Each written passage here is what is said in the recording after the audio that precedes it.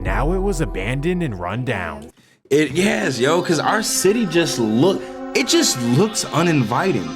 Y'all ever played Silent Hill or like any of those like old school like psychological horror games where everything just looks run down and dilapidated or whatever, however you say it, everything just looks dingy and it just looks haunted? That's how the fucking city always looked. Dirty Dan. Dirty Dan. Dirty Dan. I'm Dirty Dan. I don't know what you mean. I'm Dirty Dan. It's absolutely amazing. I'm Dirty Dan. Whoa, Dirty Dan. We ain't did a swamp story in a minute, right? You know what I'm saying? Let's go ahead, bro. Let's go ahead and do a motherfucking swamp story. Why not? Why the fuck not, you know?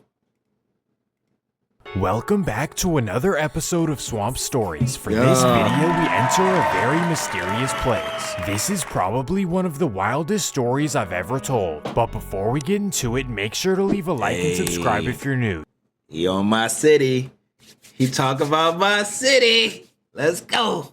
You can also follow the Instagram page as well. So let's get into it. Every year, the media releases the top 10 Where's most the huge dangerous cities. And for those of us who pay attention, we notice that 5 cities always make the list. New Orleans, Detroit, Philadelphia, St. Louis, and most importantly, Baltimore. However, unlike these other cities, and I'm not proud of that. I'm not proud of that at all. I know it sounds like it. Baltimore. No, I'm not proud of that. I'm not proud of Baltimore being on the list. Baltimore is somewhat unknown on a larger scale. Yes, of course, everyone knows the Baltimore Ravens, but that's about it. But I'm here to tell you that Baltimore is a very dark place, the kind of city that makes yours look like paradise. But on me, bro. A lot of y'all niggas who've never been in the city, y'all think y'all city is some trenches? Y'all think y'all city is some trenches? Nigga, I'm telling you, Baltimore City make Gotham look like fucking Kansas City, Omaha, Nebraska. I'm trying to tell you, bro. Like Gotham is like a suburb compared to like Baltimore City. Let me first explain how things got this way. Once upon a time, Baltimore was a wealthy city with plenty of great jobs. It even attracted 1 million residents by 1960, but that's when everything began falling apart. Many of us know the story of redlining, school funding, white flight, and the destruction they caused. This happened all over America, but nowhere was hit worse than Baltimore, Maryland. During the 1970s, over 30% of Baltimore's population left for the suburbs. It was already an unpleasant looking city, but now it was abandoned and run down. Yes, yo, because our city just looks uninviting. Y'all ever played Silent Hill or like any of those like old school like horror psychological horror games where everything just looks run down and dilapidated or whatever, however you say it, everything just looks dingy and it just looks haunted? That's how the fucking city always looked. From when I was a jit to like an adult, and I haven't been in the city for years. But all I can remember is just everything. It's just a weird, dull, gray. There's color, but there's like no life in that motherfucker. It's like literally you can just be driving it can be a sunny, bright day, and it's just like, where the fuck am I? You know what I'm saying? It just feels like you're in like a dead zone. Like nothing like. It's weird to explain, bro. It's really weird to explain. That's why I just kind of made the Silent Hill analogy. It's weird. It's weird. And from here, things only got worse and worse, to the point where Baltimore led the nation in crime in 1977. In the 1980s, Baltimore and Los Angeles got connected on a business level, if you know what I mean. Guys from South Central and Compton would drive out to Baltimore and vice versa. And through this process, Los Angeles' street culture began spreading to Baltimore. See, I ain't gonna lie. See, and you know, LA, I'm not on that timing. But at one point, let's just say I knew a thing or two. So a lot of I ain't gonna lie, even when I was coming up, I wasn't born then, nigga. I was born in 93. But like, I remember coming up, and when I was not 5150, no, you know what I'm saying? When I was in these streets, yeah, a lot of the big homies, like a few big homies that I knew, like you know what I'm saying? Not like the little niggas that was in our clique, but the big homies. A lot of them was from Cali.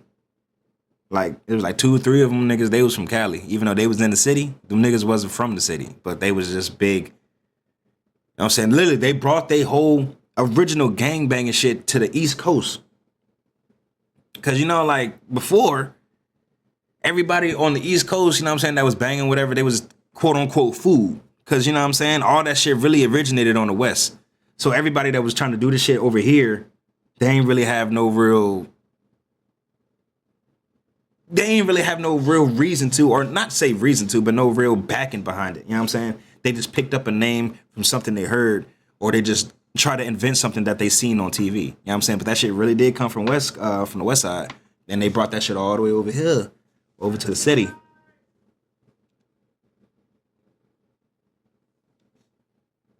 Disregard that. By 1990, Baltimore had over 12 sets operating in the city, both red and blue. During this time, neighborhoods like Hopkins and Cherry Hill became the worst areas in the city. Cherry Hill, yeah. I ain't gonna lie. That was one of them places. That was on the west. You see the Inner Harbor, Fells Point. Oh, yeah. Cherry Hill is actually horrible, bro. But because it's Baltimore, nowhere is truly a good area. And for this video, don't God about to say no place is safe, but West Side is where it was like, bro. I mean, the East was fucking treacherous, but Cherry Hill, Brooklyn, I wasn't even really there a whole bunch, but you know what I'm saying? Like, nigga. I'm just looking at this shit. I'm just reminiscing right now, yo. I'm dead ass reminiscing. Patapsco, bro, I remember there was bodies coming up in the Patapsco, bro. Shit was crazy. Woodlawn used to go crazy too. I ain't gonna lie. Woodlawn had some shit.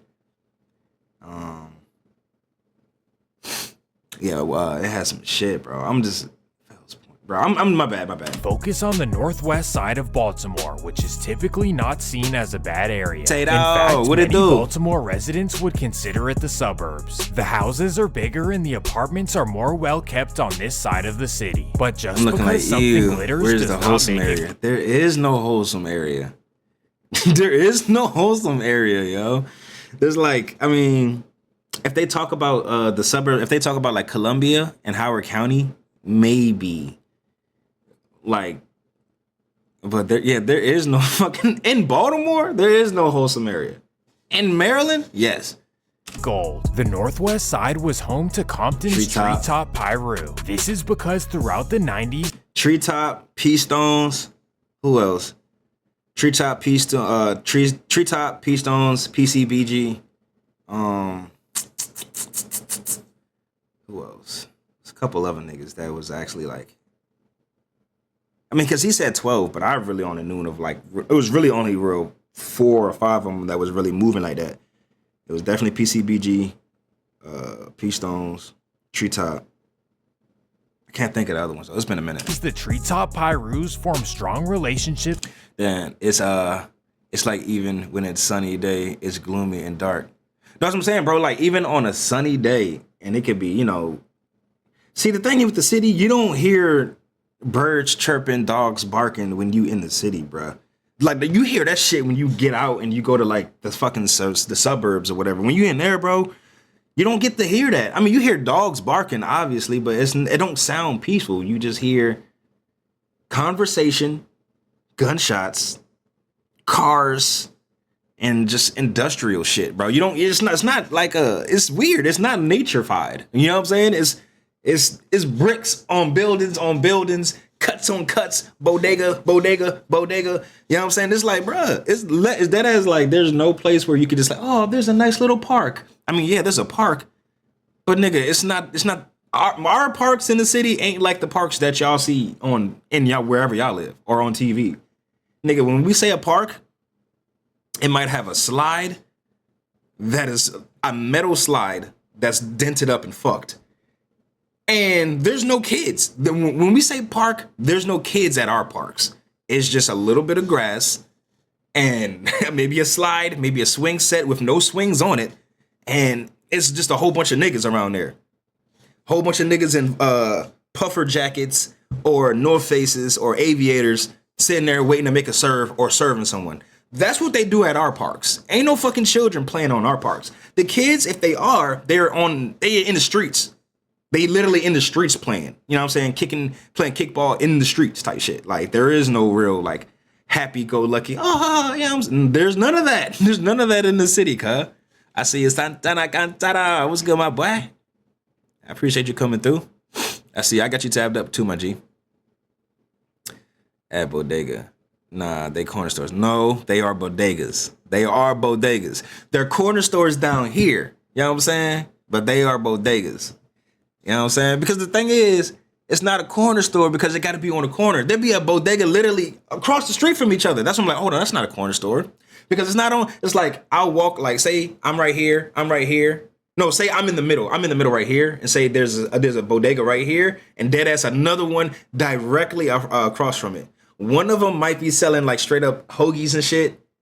And then the other one might be like a little convenience store where he don't cook nothing, but he has everything you need. You know what I'm saying? That dead ass, it'd be like that. It'd be crazy. It's convenient. It's really convenient. I ain't gonna hold you, but it's like, yeah, you can tell the difference between a corner store and a bodega. Like, you can dead ass tell the difference, yo. Cause like a corner store make it feel like you actually going into an actual store. A bodega is just like, all right, here's a nigga that's selling goods. You know what I'm saying? It's almost like a bodega, almost like, you know, those mall kiosks that you just like walk to. It's almost like a kiosk with a roof. I ain't even gonna hold you. It's dead ass like a kiosk with a roof. You gotta, when you go to a certain bodegas, you gotta know what the fuck you want. You can't be in there like shopping. You don't shop at a bodega. You go there for what you want, and then you dip. You shop at a corner store. If you go to a bodega, you be like, looking around. He dead ass gonna get. He not gonna up it on you. But he damn sure gonna put it within arm's reach. He might even put his hand on it, because if you go to a bodega looking or shopping, yeah, that's not a good look. He gonna look at you like you one of them. Now you can do that at a corner store. And later on, I'm not gonna keep on dragging because it's only 2 minutes in and it's an 11-minute recording. I can get down to a more in-depth breakdown of the difference between bodegas and corner stores if y'all want. You know what I'm saying? We can go a little bit more in-depth. A little bit later though. With the Northwest Hustlers, so in turn much of the area became treetop territory. But because of the area they existed in, there really wasn't much beef. Instead, they developed a reputation of being the biggest hustlers in the city. This lasted for quite a few years, but then it came crashing down in 2008. 15 members were indicted and nearly every single one testified against their leader. The entire city Why they put Gunner right there when they say testify? Treetop like Ratatouille, so the remaining members all quit. This was officially the end of Treetop Pyrus in Baltimore. However, one particular member did not want to see it go away. This would be a man named Dante Bailey, also known as Gutta. This guy was one of the wildest Treetop members, the kind of guy that everyone feared. He built his entire life off a street reputation and he could not see it go. So he decided he would start a new section of the Pyrus, and his plan was for the solid Treetop members to join his side. On March 2nd, 2009, Dante Bailey officially started the Murderland Mafia Pyru, also known as MMP. I'm about to say, yeah, I know that, because I ain't gonna lie. There is a few, when I was in Atlanta, like there was a few, we called them Getty Marts. You know what I'm saying? Because they were gas stations. You could go get hey, what it do, love bug? We could call them Gettys, because you could go there. Obviously, you could get gas, but them joints was just like, it was like the same thing. Don't go to the Getty shopping. Nigga, go get your gas, get your Rillos, get your snacks, get your drinks, and that's it. You know what I'm saying? But yeah, they had a few Gettys. When I was in Atlanta. And then they actually had stores. Like they had actual like corner stores, gas stations, and Gettys. Like, you know, you still got your Shells, Chevrons, Valeros, or whatever the fuck. You know what I'm saying? You got those. But like, then you got your Gettys. You know what I'm saying? Like you could go into a Shell and be like, oh yeah, you know what I'm saying? You can go into like one of those, a Shell, an Exxon, one of them Johns. But if you had like an actual Getty, and it's not called Getty Mart, it's just what you call it. But like, you don't know a Getty when you see it, because like you'll know a bodega when you see it. You know what I'm saying? Murderland is the nickname for Maryland, Pyru represents what used to be, and Mafia represents what Dante had in mind. Despite his street ways, Dante had a passion for film, which will later be relevant. He admired guys like Tony Montana, John Gotti, and Vito Corleone. I ain't gonna lie, them niggas is all top tier gangsters though. I ain't gonna hold you. Those is top tier. Like if you going try to build a militia, if you are actually gonna try to move like that, I ain't gonna hold you. Those some good niggas. Except for Tony. Except for Tony Montana. Tony had a good come up, you know what I'm saying, being, you know what I'm saying, and you know, Cuban refugee, blah blah blah, washing dishes and shit, and he trying to come up. Tony was cool. But once he started to ski up a little too much, he let the ski get to him. And then he had a little bit too much love for his little sister, if you know what I mean. You know what I'm saying? Like, Tony was cool. I fuck with Tony. Tony was actually like one of them niggas. But Tony definitely had some flaws. Tony was definitely flawed in a lot of ways. Oh, hold on. Let me read it back. Banay. A racetrack. Yeah, I ain't gonna lie. Certain racetracks in the A are Gettys. I ain't even gonna hold you. I forgot about racetracks.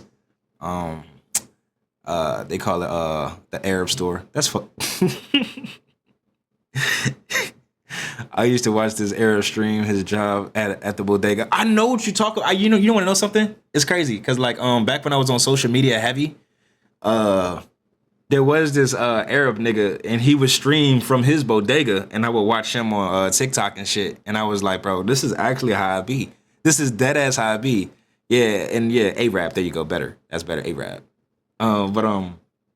Yeah, I used to watch that little nigga sell his shit, and I'm like, yo, this is actually it's actually how I be. It was giving me like not PTSD, but making me feel like I was back on the block, low key, watching that nigga make serves. Well, not make serves, because making serve and selling is different. But you know what I'm saying? I was like, oh yo, that's actually kind of cool. That's actually kind of cool. He was okay. Any Middle Eastern people in here, my apologies. Look at Tay trying not to get canceled looking ass. That sound like Aki. Aki is different. Aki too Hollywood now. Aki don't even have a bodega. Like his shit, that's not a bodega, bro. I got an actual store. He just dressed it like a, bodega, but I got an actual store, yo. Too much love for his little sis. It's crazy. No, it is. Bunny. I'm pretty sure you've seen Scarface 1 or 2 times. I probably haven't seen it all the way through. But I ain't gonna hold you. Yes, he had a little. We'll watch Scarface now. Well, not now, but because that's one of my favorite movies. I can always rewatch Scarface. But yeah, he had a little too much love for his sister. That's all. You know what I'm saying? Just a little too much. And I think it was because he was skied up a lot. Like once he really, because before he was even on timing, he was a regular nigga. He was just like, bro, I need bread. I'm trying to fucking come up. I ain't about to be no dishwasher. I ain't about to do this, nigga. I want the world, Chico, and everything in it. I want everything that's coming to me, Chico, and I'm gonna get this shit. And then once he got that shit, got comfortable, got himself a white woman, started skiing up every fucking 20 minutes. Shit started to get weird. You know what I'm saying? Wasn't thinking clearly, started moving real wacky. You know what I'm saying?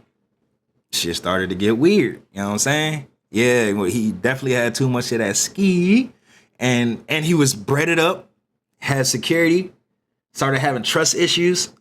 Yeah, it was wild, bro. It was wild. But he was on timing. He was for sure on timing. On the way to the come up. But once he got there, yeah. It was a decline after decline after decline until he finally had to check out. So this is exactly how he struck. Ooh, that's another game we can play too. Cause they got a Scarface game.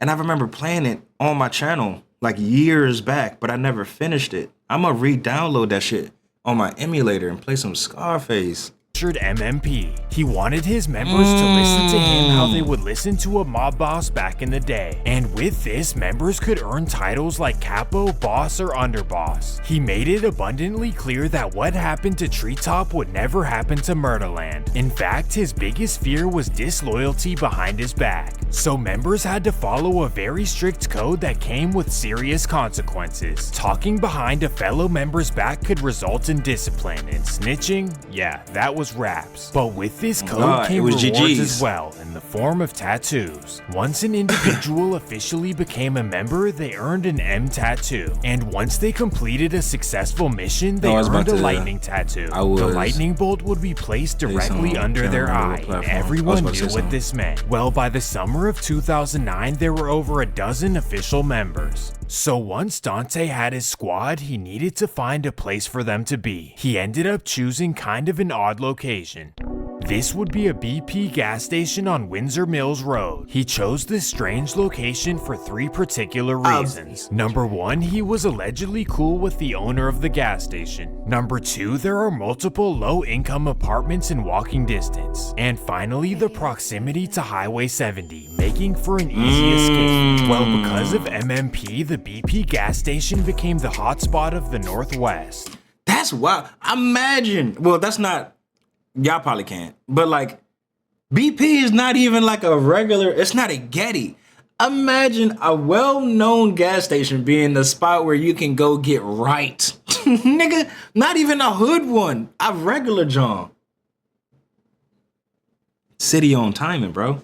And through this process, MMP started stacking their money taller and taller, even to the point where a lot of members moved to nearby suburbs. In fact, Dante got himself a house in Milford Mill and a Mercedes coupe as well. The MMP production got larger and larger scale, and honestly, it was a perfect situation. Because they operated in a better part of town, they didn't have to worry about other rivals. It was all about money, money, and more money. Sounds like but then out of nowhere, Dante Bailey began getting paranoid.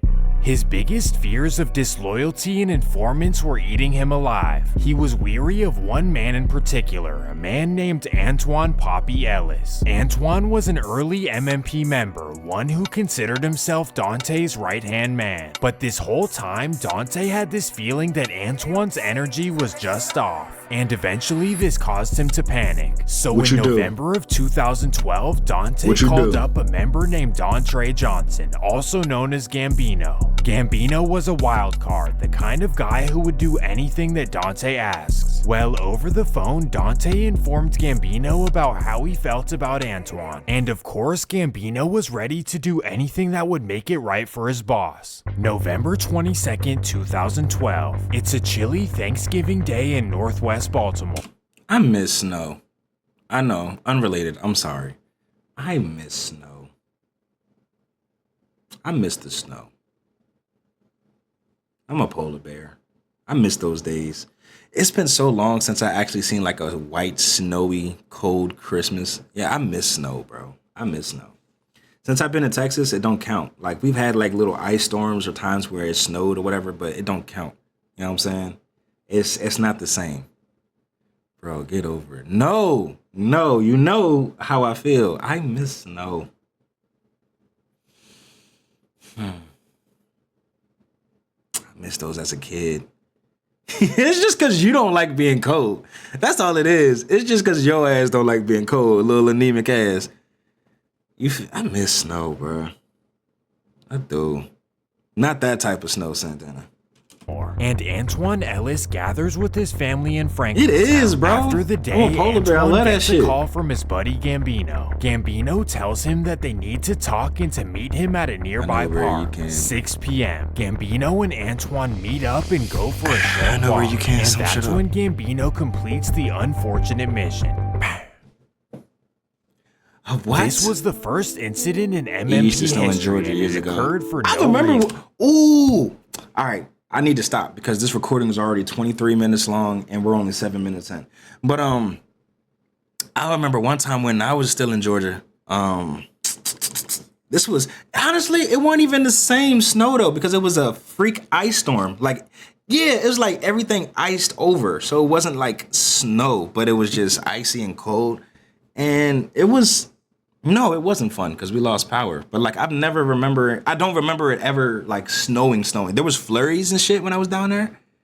But no, I just had like it was always freaky ice storms because it would get cold. That's the thing about y'all southern niggas. It's weird down here. Like it'll get cold as fuck. It'll get actually cold, like up top cold type shit.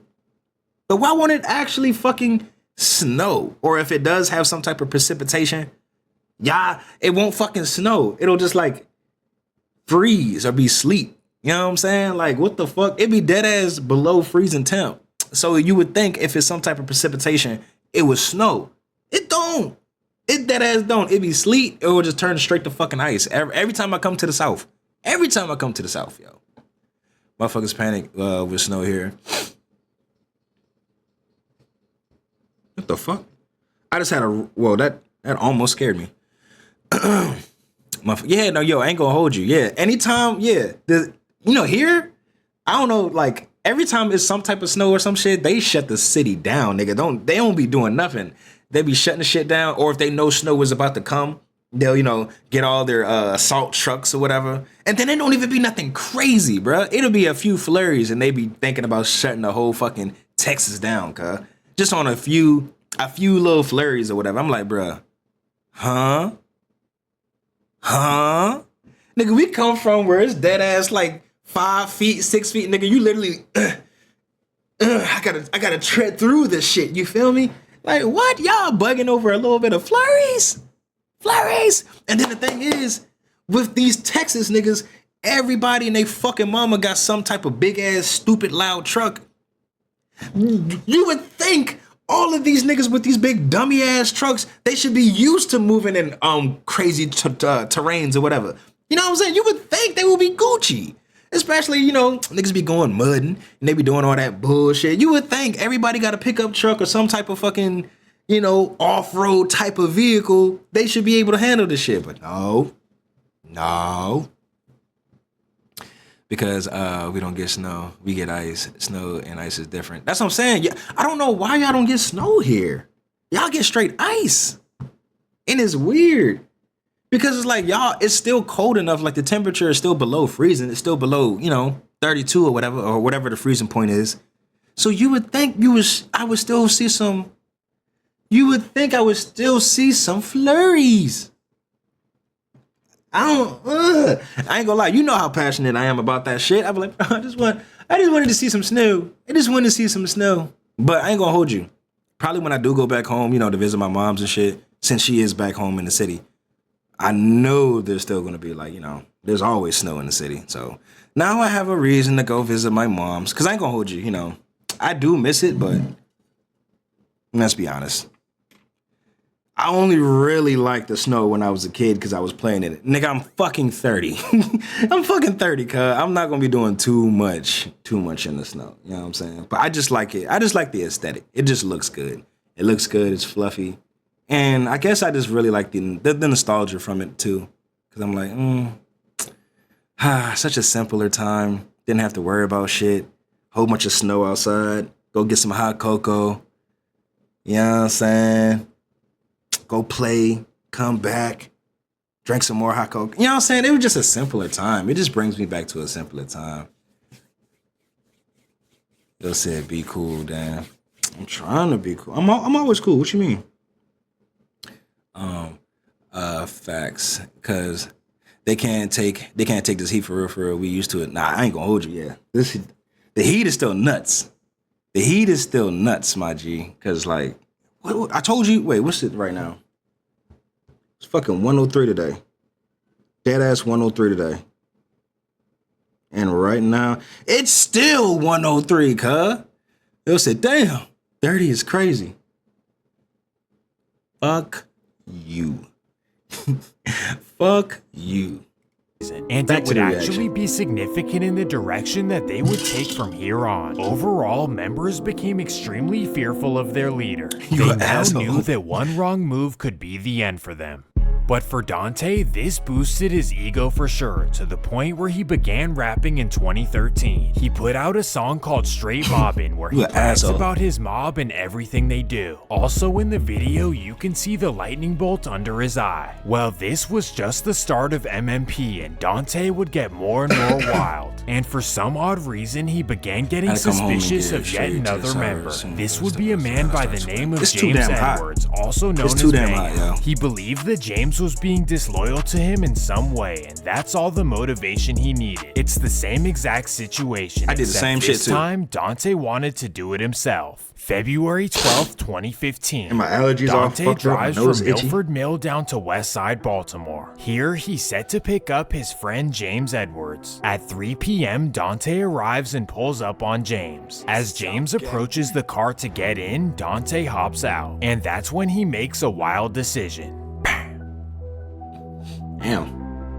This incident caused a tear within MMP. James Edwards was well liked amongst his peers, and they were definitely not happy about this. On top of this, they felt a way about how Dante was handling himself, especially towards people he claimed he loved. And honestly, this made everything even worse, because now Dante was more paranoid about disloyalty. Some members remained loyal to Dante, and others stopped listening to what he said. And this time, one of his loyal followers began having a bad feeling about a fellow member. Gambino became weary of a member named Brian Johnson, also known as Nutty B. He believed that after Nutty B lost his friend James Edwards, he stopped listening to Dante's commands. So in September of 2015, Gambino approached Dante about his concerns.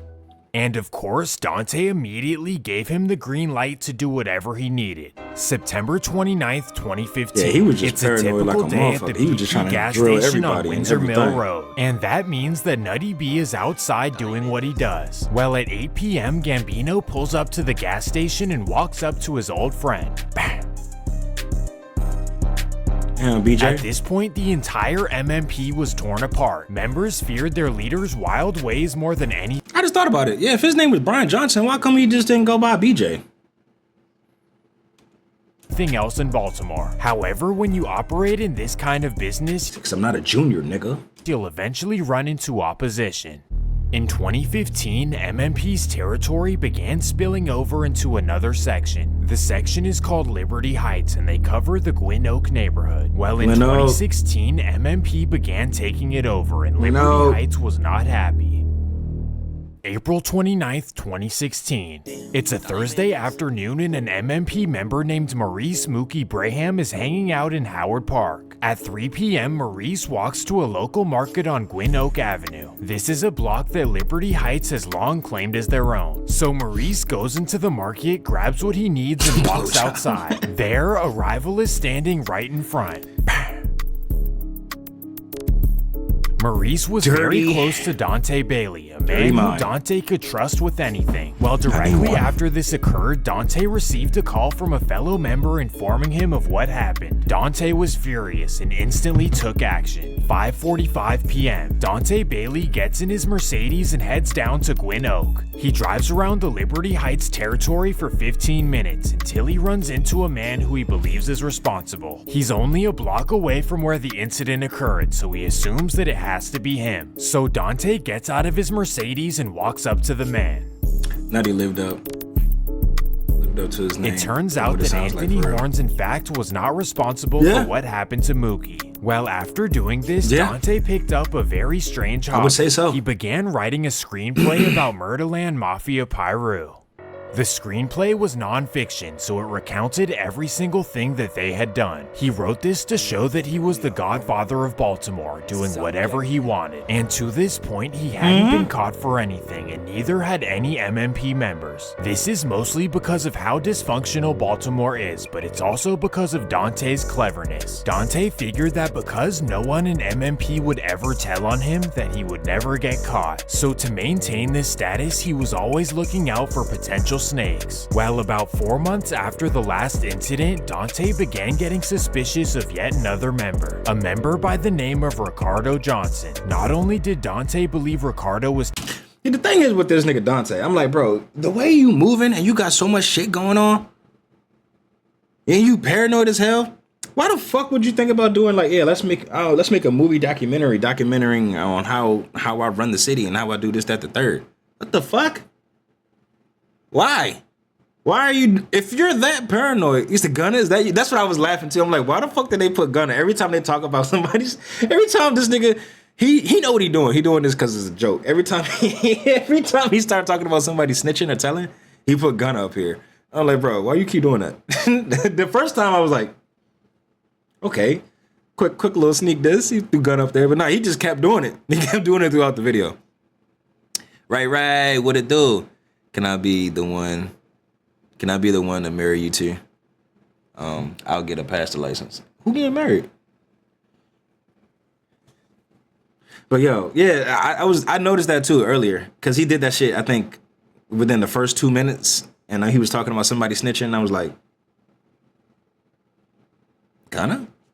What do you have to do with anything? Telling, but other members did. See, as whenever well. he's talking about telling, whenever he gets to talking about 2016, telling, Dante ordered a member named Sidney Frazier to handle business. August 10th, 2016, Sidney gets on his dirt bike and heads to Ricardo's apartment in Harlem Park. There, he meets up with another member in a white minivan. The two members wait outside his house until Ricardo comes home. When he arrives, they demand that he gets in the back of the van. Then, the driver takes them to an empty railroad in West Baltimore. The driver pushes Ricardo out of the car while Sidney arrives on his motorbike, and that's when Sidney makes his decision.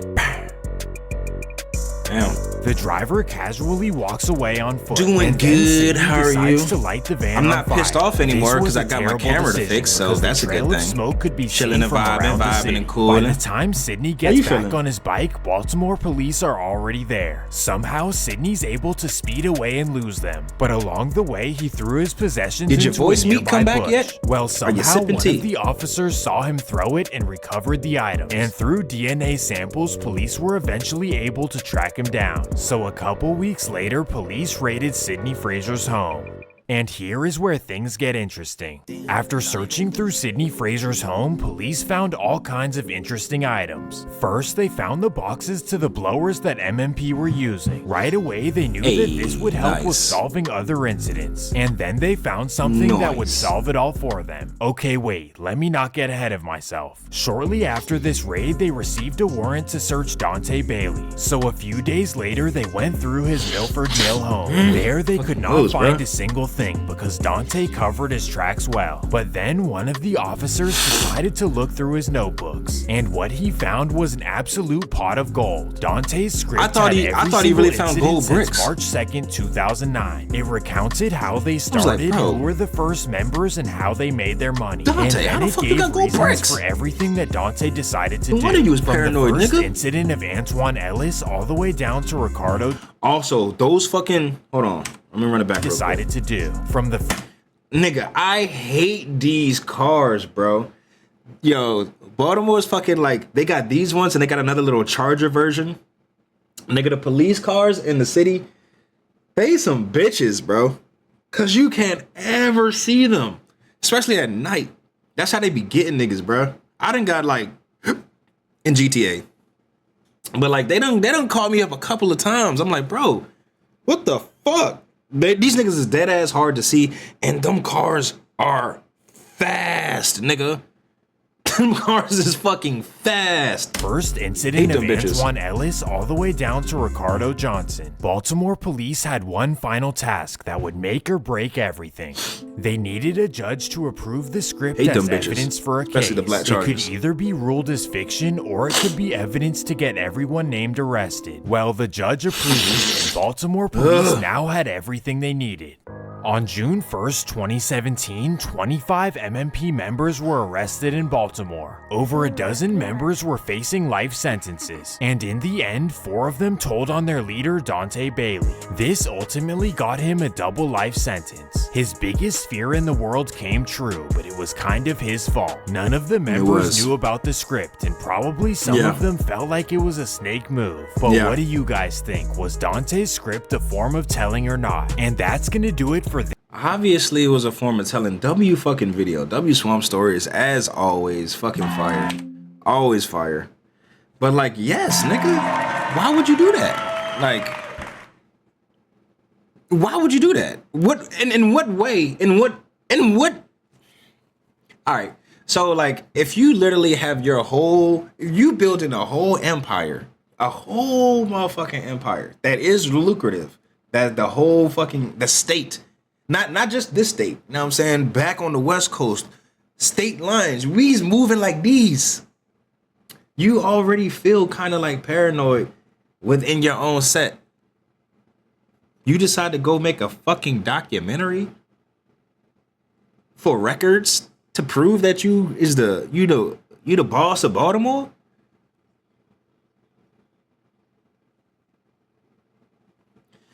That's kind of a slow move. I ain't even gonna hold you. Shout out to Swim Story though. This was a fire one. This is definitely a good one.